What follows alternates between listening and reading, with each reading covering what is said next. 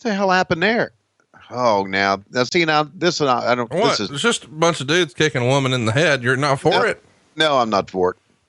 Well, you don't Intergender match. I don't mind straight up match, but getting two guys stomping one woman with getting the heat. Who's this guy in this? Wait, who's which guy? I can't wait. The guy with the frilly. Just name him. Let's give him a name. Okay. Fluff Man. All right. And who's this guy doing the dive with the green and black? Okay. Greasy Man. Okay. We're going to go with Fluff Man and Jackleg Hurricane. Because, Hurricane's going to wear the black and green. Uh-huh. All right. So really, Jackleg Hurricane is Mike Bucci, AKA Supernova, who you've seen before here. Very innovative wrestler.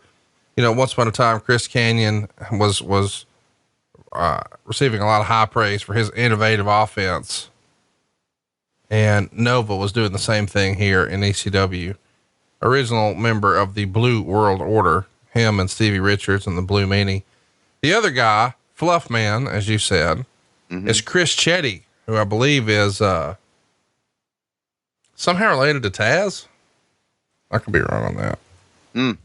But he was one of the first guys to finish the House of Hardcore, or the whatever the dojo was that Mikey Whipwreck and Taz ran. I guess he's like Taz's cousin. I might be totally wrong on that, but I think that's right.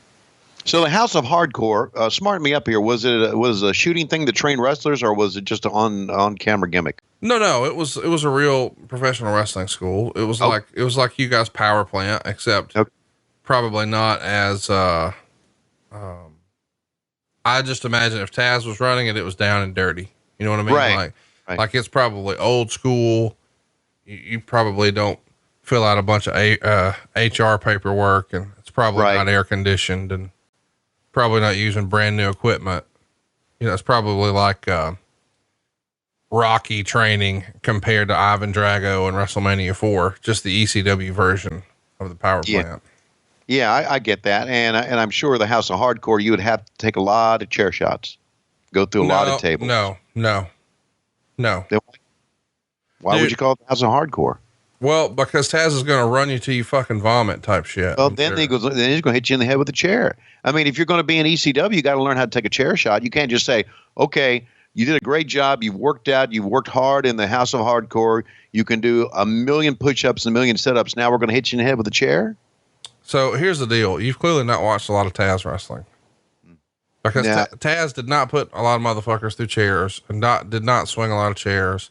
Taz was about, I'm going to pick you up in variation number 972, dump you on your fucking head, brother.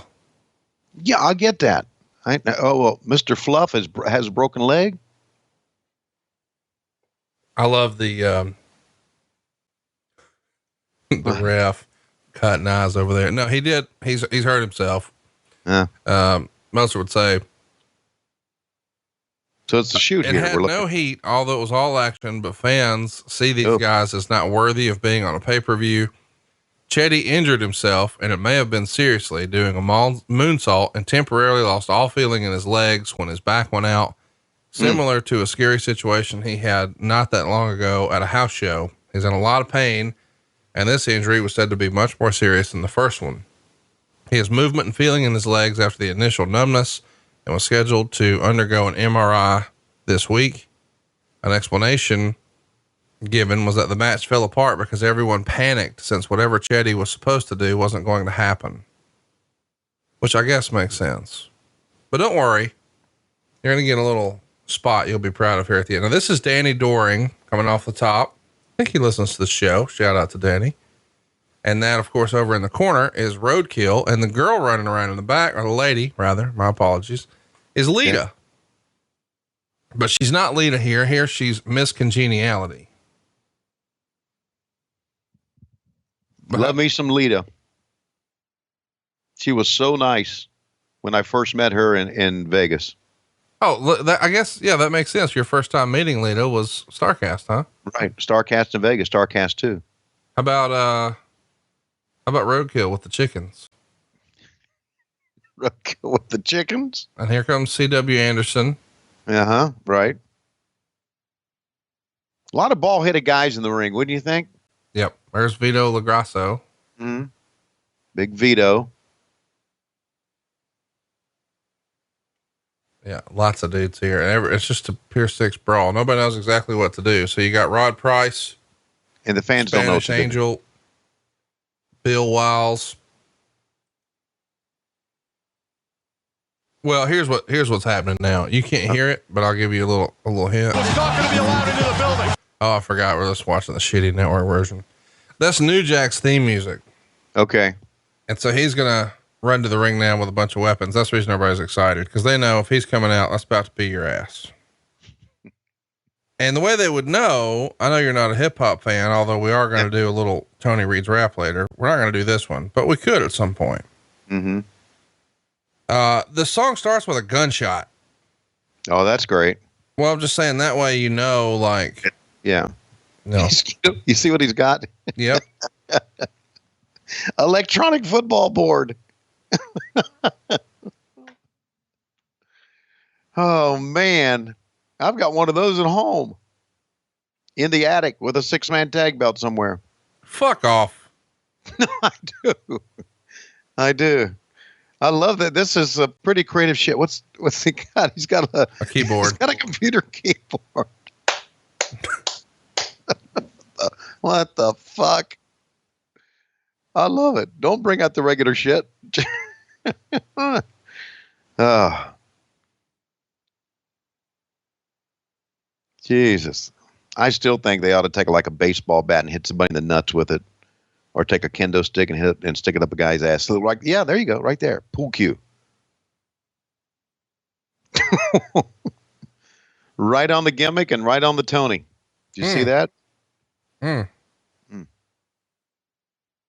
know why my name was on there. Oh, okay. Here's Jimmy Havoc inspiring.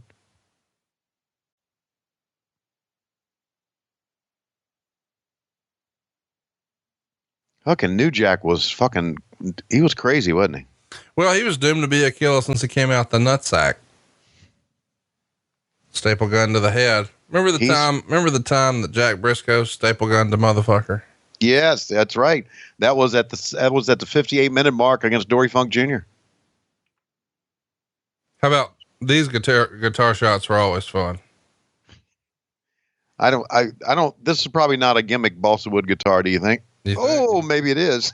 So what he started doing, which was a bit of an innovation, is he'd put powder in it to give it that big effect. That's pretty smart, huh?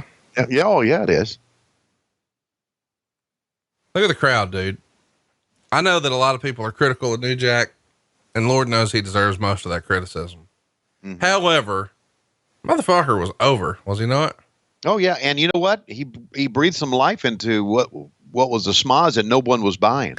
I think that's the way Paul Heyman would design it. He knew like, hey, these guys are good wrestlers, but fans don't care about them yet. Right. So we'll just put them out here, create some chaos, and then let him run in and clear house. It makes a fun moment, but Meltzer, of course, hates anything fun. -1 star. Don't send me your tweets. I'm busting balls. That was a joke. But I really enjoyed the New Jack stuff. And I know it doesn't age well when we know what we know now about head trauma and things like that. And nobody's confusing that it was, a 5-star clinic. But when you look at personality, you look at charisma, a connection with the fans, and all that's the presentation, the trash can full of weapons and, the theme song, but him making the execution of him swinging those weapons, that was fun and different and interesting. All right. So one of those guys, I think, on the right, that's Dave Scherer. I thought that may have been Mike Johnson, but I don't guess it is.